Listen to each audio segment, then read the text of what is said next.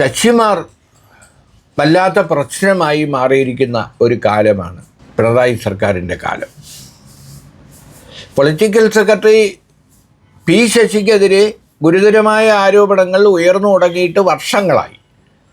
ഇപ്പോൾ നയനാരുടെ കാലത്ത് political secretary ആയിരുന്നപ്പോഴും ആരോപണങ്ങൾ ഉയർന്നു. അത് കഴിഞ്ഞ് വർഷങ്ങൾക്ക് ശേഷം പിണറായിയുടെ പൊളിറ്റിക്കൽ സെക്രട്ടറി ആയപ്പോഴും ആരോപണം ഉയർന്നു. അപ്പോൾ ശശിയുമായി ബന്ധപ്പെട്ട ആരോപണങ്ങളുടെ നിഴലിലാണ് പിണറായി സർക്കാർ എന്ന് പറഞ്ഞാൽ അതിശയോക്തിയാവില്ല. ഇപ്പോൾ ഇതാ മറ്റൊരു ശശി, ഇതുപോലെ വിവാദ കഥാപാത്രമാണ് പി കെ ശശി. മണ്ണാർക്കാട്ടത്തെ മുൻ MLA ആയ പി കെ ശശി CPMൻ്റെ ജില്ലാ സെക്രട്ടറിക്കെതിരെ വ്യാജരേഖകൾ ഉണ്ടാക്കി സാമ്പത്തിക ക്രമക്കേടുകളും സ്പിരിറ്റ് കടത്തും ഉൾപ്പെടെയുള്ള കാര്യങ്ങൾ ജില്ലാ സെക്രട്ടറി സുരേഷ് ബാബു നടത്തി എന്ന് ആരോപിക്കുന്നതിനുള്ള വ്യാജ തെളിവുകൾ പി കെ ശശി ഉണ്ടാക്കി എന്നാണ് ഇപ്പോൾ പുറത്തു വന്നിരിക്കുന്ന വിവരം. ഇതൊരു കമ്മ്യൂണിസ്റ്റ് രീതിയല്ലെന്നും കമ്മ്യൂണിസ്റ്റ് നേതാക്കൾക്ക് ചേർന്നതല്ലെന്നും താക്കീത് ചെയ്തിരിക്കുകയാണ് സംസ്ഥാന സെക്രട്ടറി MV ഗോവിന്ദൻ. മേഖലാ റിപ്പോർട്ടിങ്ങിലാണ് അതീവ ഗുരുതരമായ ഈ വിഷയം സംസ്ഥാന സെക്രട്ടറി MV ഗോവിന്ദൻ പുറത്തുവിട്ടത്.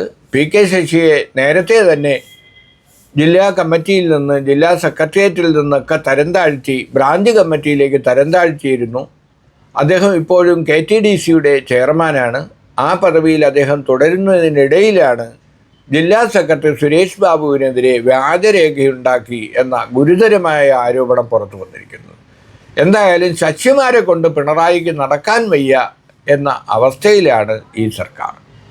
കാരണം പൊളിറ്റിക്കൽ സെക്രട്ടറി ശശി നേതൃത്വം നൽകുന്ന സ്വർണ്ണക്കടത്ത് മാഫിയ, കള്ളക്കടത്ത് മാഫിയ, അങ്ങനെയുള്ള ആരോപണങ്ങൾ നമ്മുടെ PV അൻവർ MLA, ഭരണകക്ഷി MLA ഉന്നയിച്ച് അതിൻ്റെ വിവാദങ്ങൾ, ആ വെളിപ്പെടുത്തലിൻ്റെ വിവാദങ്ങളും അതിൻ്റെ പേരിലുള്ള DGP നേതൃത്വം നൽകുന്ന അന്വേഷണവുമൊക്കെ അരങ്ങ് തകർക്കുന്നതിനിടയിലാണ് ഈ ശശിമാർ വീണ്ടും കഥാപാത്രങ്ങളായി, വിവാദ പുരുഷന്മാരായി രംഗത്ത് വരുന്നത്. ഏറ്റവും വിചിത്രം, ഇപ്പോൾ ഉള്ള ദർവേഷ് സാഹിബ് DGP അധ്യക്ഷനായ അന്വേഷണം പോരെന്നും ADGP MR അജിത് കുമാറിനെ മാറ്റി നിർത്തിക്കൊണ്ട് മാത്രം അന്വേഷണം നടത്തിയാലേ സത്യങ്ങൾ പുറത്തു വരൂ എന്നുമാണ് PV അൻവർ MLA കഴിഞ്ഞ ദിവസം പ്രതികരിച്ചത്. അതുമായി ബന്ധപ്പെട്ട് അദ്ദേഹം വീണ്ടും മുഖ്യമന്ത്രിയെയും പാർട്ടി സെക്രട്ടറിയെയും കാണാനിരിക്കുകയാണ്. എന്തായാലും ആ